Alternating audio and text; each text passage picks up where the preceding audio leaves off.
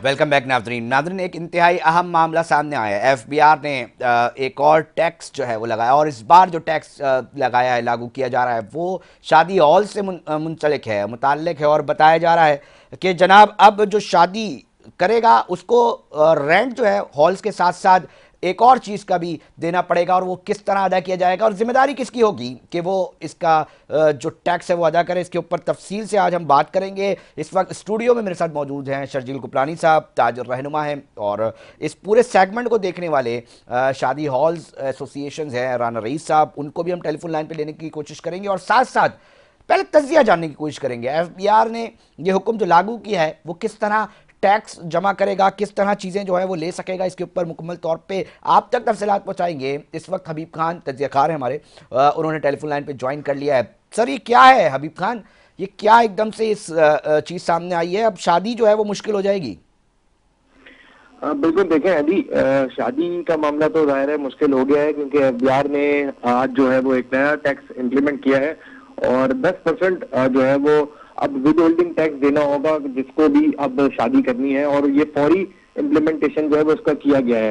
अब इस टैक्स की जो लगाने की वजह है वो हम देख रहे हैं कि गुज़िश्ता कई अरसे से एफबीआर मुख्तलिफ सेक्टर्स को जो है वो टैक्स नेट में लाने की कोशिश कर रहा है, जिसमें ताजिर बिरादरी भी थी, होलसेलर्स भी थे, रिटेलर्स भी थे, इंडस्ट्रियलिस्ट भी थे, और इसके अलावा डिफरेंट सेक्टर थे। आज जो ये फैसला एफबीआर की जाने से सामने आया है, ये कोई आज किया गया फैसला नहीं है, और ये बहुत अरसे से ताखीर का शिकार था। ये फैसला एफबीआर ने 2023 के में जो है वो नवंबर में ये लेटर जारी किया था कि जिसमें 10% जो विद होल्डिंग टैक्स है वो कलेक्ट करने के लिए कहा गया था, कि एजेंट बनाने के लिए कहा गया था कि जो शादी हॉल एसोसिएशन है वो टैक्स कलेक्ट करेगी, और वो टैक्स किससे कलेक्ट किया जाएगा? वो उससे कलेक्ट किया जाएगा जो जिसका इवेंट हो रहा है। जैसे अगर आपके घर में शादी हो रही है, आप अगर हॉल बुक करवाने जाते हैं और आप 1 लाख रुपए का हॉल बुक कराते हैं, तो आप वो 1 लाख रुपए अदा नहीं करेंगे, वो 10,000 रुपए आप उसको अलग से 1 लाख रुपए के ऊपर 10% के हिसाब से विद होल्डिंग टैक्स की मद में देंगे, जो कि आपका जो इवेंट जिसका हो रहा है वो अदा करेगा। और ये तो 10,000 उसको अकाउंट में जाएंगे जो शादी हॉल मालिक है, और वो अदा करेगा तमाम की तमाम लिस्ट बना के, जनाब इतने मैंने शादी हॉल ऑक्यूपाइड किए, इसके हिसाब से इतना टैक्स बनता है, ये लीजिए।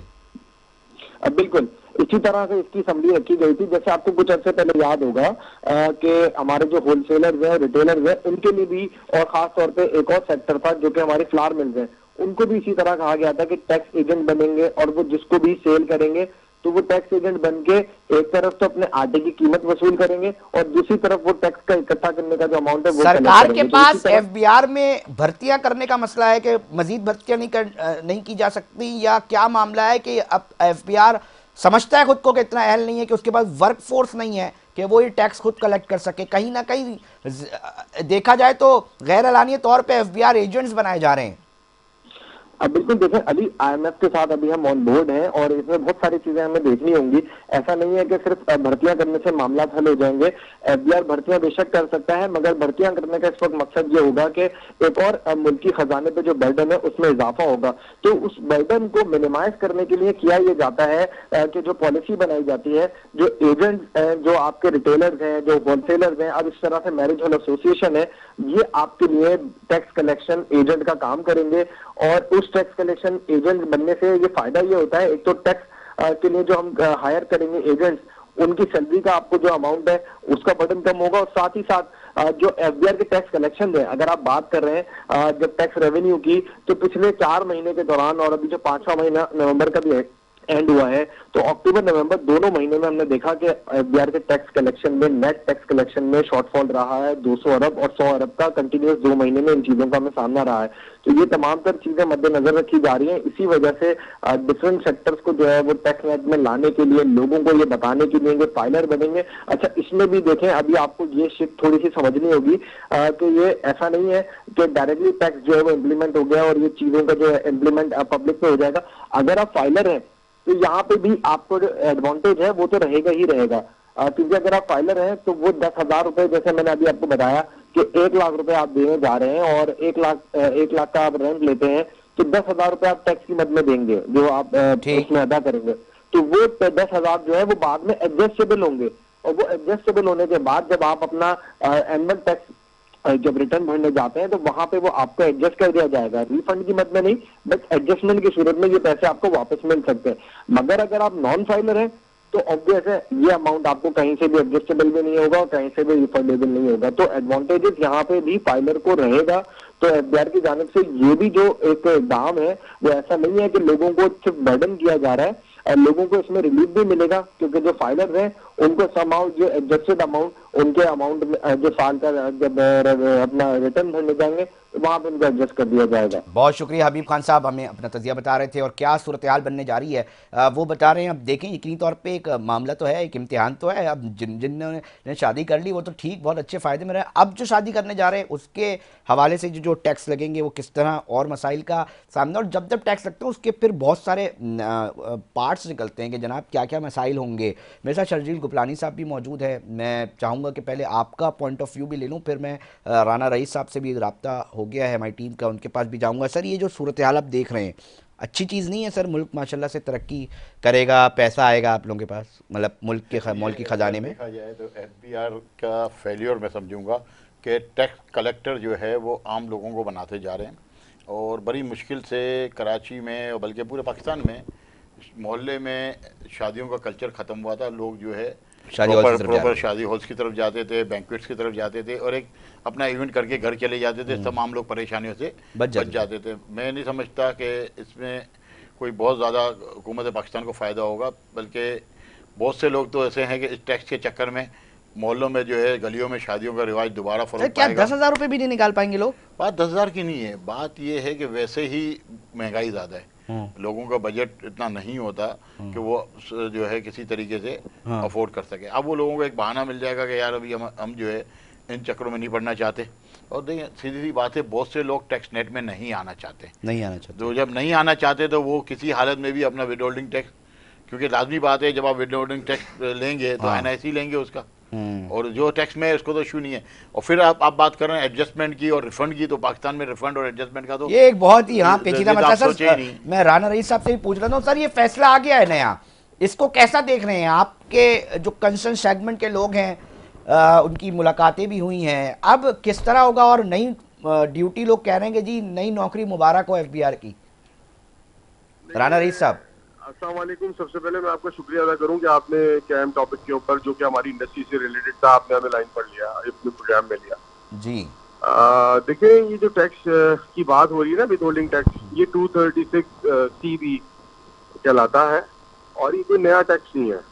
कोविड से पहले ये 236 जी के नाम से था और इसको लगे हुए तकरीबन कोई 1 साल से ज्यादा अरसा हो गया है। ये लागू हुआ है मार्च 2023 में। अच्छा, हमारे यहाँ बहुत सारी बड़ी क्वांटिटी में शादी हाल मालकान ये ले नहीं रहे थे। आपको हालात और मामलात का पता है, इस वक्त जो इकोनॉमी क्राइसिस की वजह से कारोबारी पोजीशन है और लोगों की परेशानियां और मसाइल। अब तकरीबन 30 दिन पहले एफबीआर की तरफ से हमारे कुछ शादी हालों के ऊपर जो है वो असेसमेंट के लिए रेट्स की गई और हमारे मालकान जो थे शादी हाल को उनको परेशान किया गया।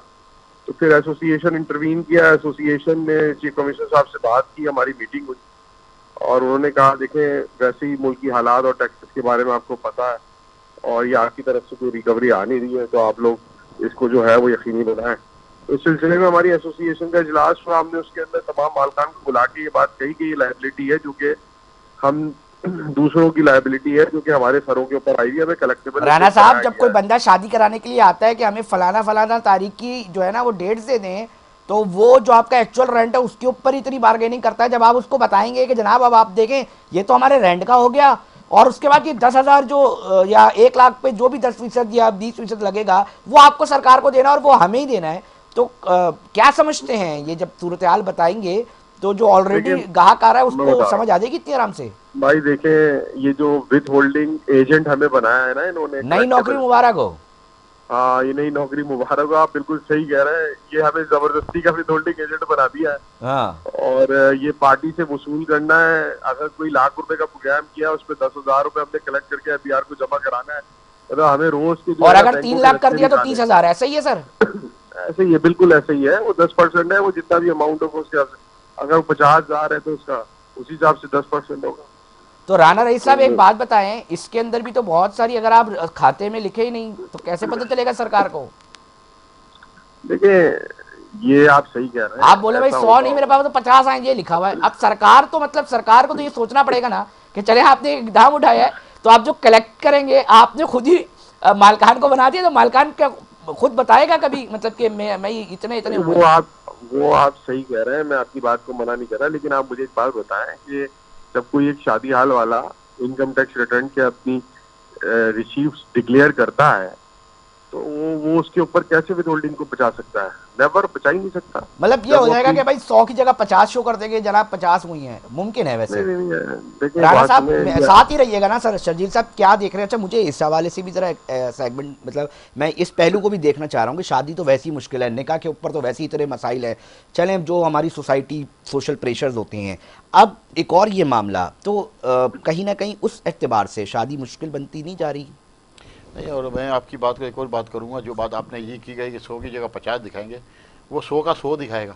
अच्छा। लेकिन एफबीआर के जो अफसर बैठे हैं, अफसरान जो अपने बंद कमरे में, एसी वाले कमरे में, उनको कौन समझाएगा कि भाई हम तो आपको 100% ला के दिया? वो तो किसी हालत में नहीं मानेंगे। तो सर नंबर 1। नंबर 2, अच्छा, राणा रईस साहब को जो है हम खुद फ़ोन करते हैं बाद औक़ात, और तकरीबन महीने में 4-5 दफ़ा इनकी हम सर्विस खिदमात लेते हैं कि यार राणा साहब ये बंदा गरीब आदमी है, इसको यार ज़रा डिस्काउंट करवा दें। हाँ। तो ये बेचारे जो हैं शादी हॉल वाले, बाद औक़ात जो ऑल्टरनेट डेज होते हैं, वो हमारे कहने पे, हमारे प्रेशर में आके बेचारे उनका जो रेट होता है उसके आधे रेटों में भी वो शादी हॉल दे देते हैं।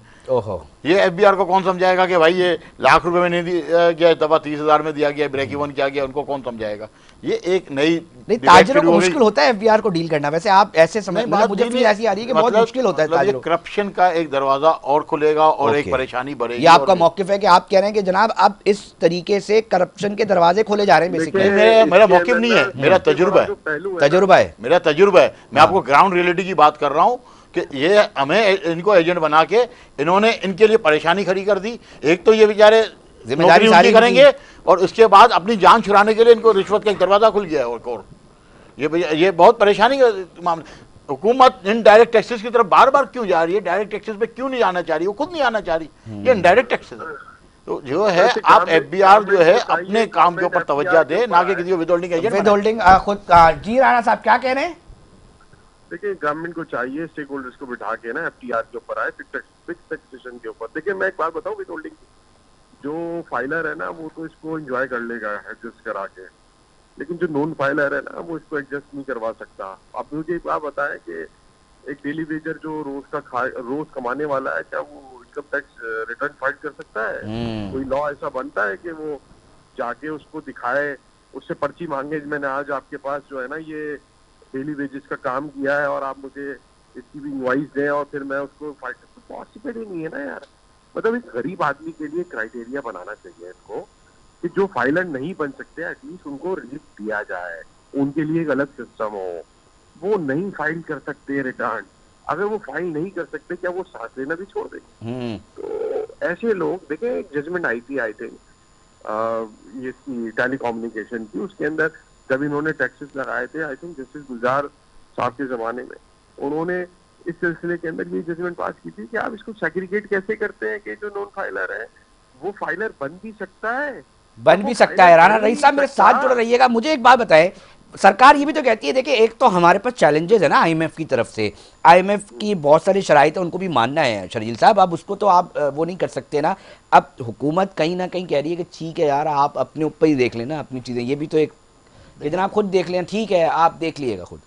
तो IMF का भी तो एक प्रेशर भी तो होता है। कोई प्रेशर नहीं है, मैं आपको एक बात अच्छा। बताऊं। आप देखें इस वक्त जो आपका काइबोर जो है हर महीने 200% जो है बेसिक पॉइंट जो है कम होता जा रहा है। जब ये काइबोर जब बढ़ा था और 22% तक चला गया था, तो उस वक्त इनका कहना किया था भाई आईएमएफ का प्रेशर है इसलिए हम इंटरेस्ट रेट बढ़ा रहे हैं। बिल्कुल। अब वो गिरना शुरू हुआ तो आईएमएफ का प्रेशर हम गिरा रहे हैं, ये झूठ बोलते हैं। कोई आईएमएफ का प्रेशर, सरकार आईएमएफ का नाम सिर्फ इस्तेमाल करती है इस्तेमाल ताजिरों को डराने के लिए, ताजिरों को नहीं, अवाम को जो है दबाने के लिए। आवाम के ये देखें ना, अभी जो राणा साहब ने किस जो बात- बुनियाद पे सर ये कह रहे हैं आपके ताजिरों मैं को, आपको- मतलब अवाम के ही चले ले लें, आवाम भी, ताजिर भी आवाम है, आईएमएफ से डराते हैं, क्यों, किस बुनियाद पे सर? देखिए आपको मैं बोल रहा हूँ ना, जो अगर आईएमएफ ने बोला था कि इंटरेस्ट रेट बना दें, हाँ। वो 22% तक चला गया था, हाँ। तो आईएमएफ ने दोबारा क्यों इनको बोल दिया कि इंटरेस्ट रेट कम कर दे? जब इंटरेस्ट रेट बढ़ने से आईएमएफ को फायदा हो रहा होगा, तो आपको तो और कर्जों में अभी डूब सर चुके हैं। अच्छी बात नहीं है, सरकार कोशिश कर रही है एफबीआर के जरिए कि जी पैसे कौमी खजाने में आए, इतना जाया हो रहा था, सरकार इससे पहले हुकूमतों ने इतना संजीदगी से सोचा नहीं, ये तो अच्छी बात नहीं है सर। देखें, पैसा आते हुए तो किसी को बुरा नहीं लगता। हाँ। सरकार ने तो सारा पैसा जमा करके लूट खसोट में ही डालना है। नहीं सर, कौमी खजाने में जाएगा ना सर, शजी साहब, ये लूट खसूट तो बिल्कुल, आपका मौकिफ है। बिल्कुल मेरा मौकिफ नहीं। आप मुझे ये बता दें कि आपकी बाहर की सड़क साबुत है, सही सलामत है कराची की? आपके घर पे पानी क्या वो नलों तो में आते मेयर हैं? साहब को कम बजट मिलता है, टैक्स नहीं देते पाते ना, मतलब टैक्स कलेक्शन, इसलिए तो वो केला 10,000 गए थे। आप जब 800 अरब रुपए इस मुल्क का टैक्स था, 800 अरब रुपए 2003 के अंदर, हाँ 2003 से पहले 800 अरब रुपए, और आज आपका टैक्स ये 10,000 अरब से ऊपर जा चुका है, 1 ट्रिलियन से को आप क्रॉस कर चुके हैं। आप उस वक्त देख लें कि आपके पास लोड शेडिंग ज्यादा थी या आज है? सारे मसाइल अब अभी ज्यादा है, क्या वजह समझते हैं? चले आप ही बता दें। करप्शन, करप्शन, करप्शन तो सिर्फ नहीं हो सकती ना सर, कि करप्शन सिर्फ नहीं है तो corruption। इसलिए रोड नहीं बन रही। सिर्फ करप्शन। देखें ना, रोड जो बनती है एक बारिश में उड़ जाती है, हाँ पानी आपके टैंकर से आ सकता है, पानी आपके घरों में बिजली लाइन से नहीं आता। भाई सीधी सी बात है, 10,000 का आप टैंकर लेते हैं तो कुछ ना कुछ तो कहीं जा रहा है। गैस सिलेंडर से आपको मिलती है, पाइपलाइन से आपको गैस नहीं मिलती है। बिजली आप खुद पैदा कर रहे हैं, आप सोलर लगा रहे हैं, यूपीएस लगा रहे हैं, जनरेटर से तो सर जनरेट कर रहे आपको हैं। फिर मेयर साहब सही तो कहते हैं, आप लोग खुशी नहीं होते? सियालकोट का ताजर देखें, वो कितनी खिदमत कर रहा होता है, आप बिल्कुल, फिर वो ये कहते हैं कि बिल्कुल बिल्कुल 7,800 अरब रुपए जो शहर का ताजिर टैक्स देता है 10,000 अरब रुपए में से, वो अब वो मेयर साहब को चाहिए कि अब वो चाह रहे हैं कि जो सड़क भी है ताजिर बनाए, पानी का टैंकर भी ताजिर खरीद ले, वो तो खरीद ही रहा है। दूसरे मुल्कों में एक बात प्राइवेट बोलूं पार्टनरशिप आपको, के जरिए होते हैं मेरी काम सर, बिल्कुल इसमें होते क्या हैं। कबाहत है? प्राइवेट पार्टनरशिप में कोई मसला ही नहीं है। प्राइवेट पार्टनरशिप में आवाम को कम से कम बेसिक तो मिले।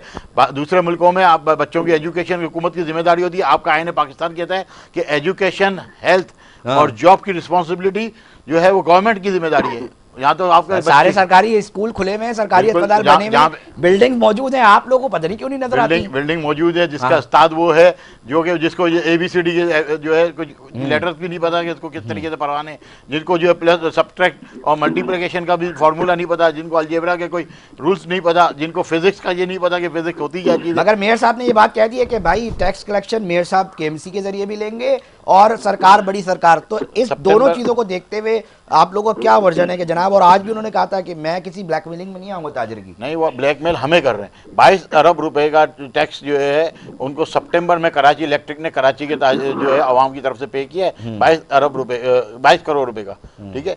22 करोड़ रुपए तो उनको डायरेक्ट ये मिले हैं। इसके बाद इंक्रोचमेंट के नाम पे जो पैसा, कौन सा थैला ऐसा है जो शहर में म्यूनसिपल कमिश्नर और म्यूनसिपल जो कॉरपोरेशन के बगैर लगता हो?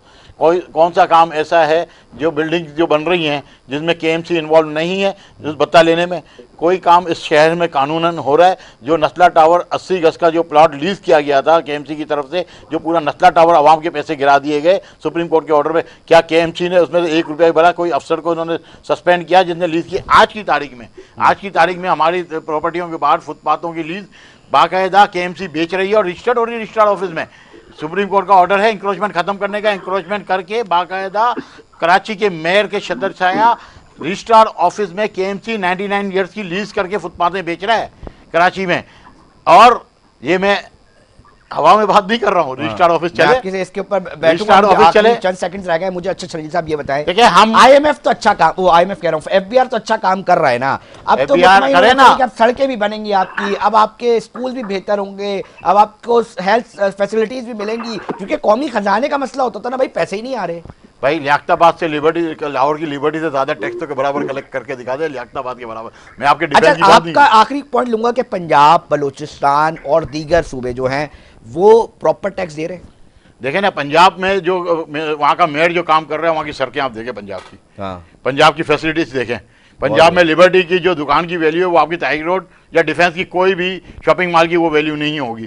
उनका प्रॉपर्टी सबसे महंगी है। लेकिन आपका FBR का डिपार्टमेंट बता रहा है कि लियाकताबाद टैक्स ज़्यादा देता है और लाहौर का लिबर्टी कम टैक्स देता है। जो मैं नहीं कह रहा, ये तो आपके फिगर जो बिल्कुल, ये है बहुत 70% तो FBR बोल रहा है कि कराची टैक्स देता है, 70% FBR ले नहीं पा रहा या क्या मामला, क्या समझते हैं? FBR चाहता नहीं है, FBR की विल नहीं है कि हर बंदा टैक्स दे या टैक्स नेट में आए या उसका जो है रिटर्न फाइल हो। देखें FBR क्यों नहीं चाहेगा? FBR बनाए इसीलिए। FBR इसलिए नहीं चाहता कि जो हमारा जो फॉर्म है वो इतना लेंदी है कि हम जाते हैं एजेंट के थ्रू या अकाउंटेंट के थ्रू या लॉयर के थ्रू, हम वो फाइल करते हैं, उसमें मिडलमैन जो है वो जो है बेसिकली कलेक्टर है एफबीआर की ठीक। करप्शन का।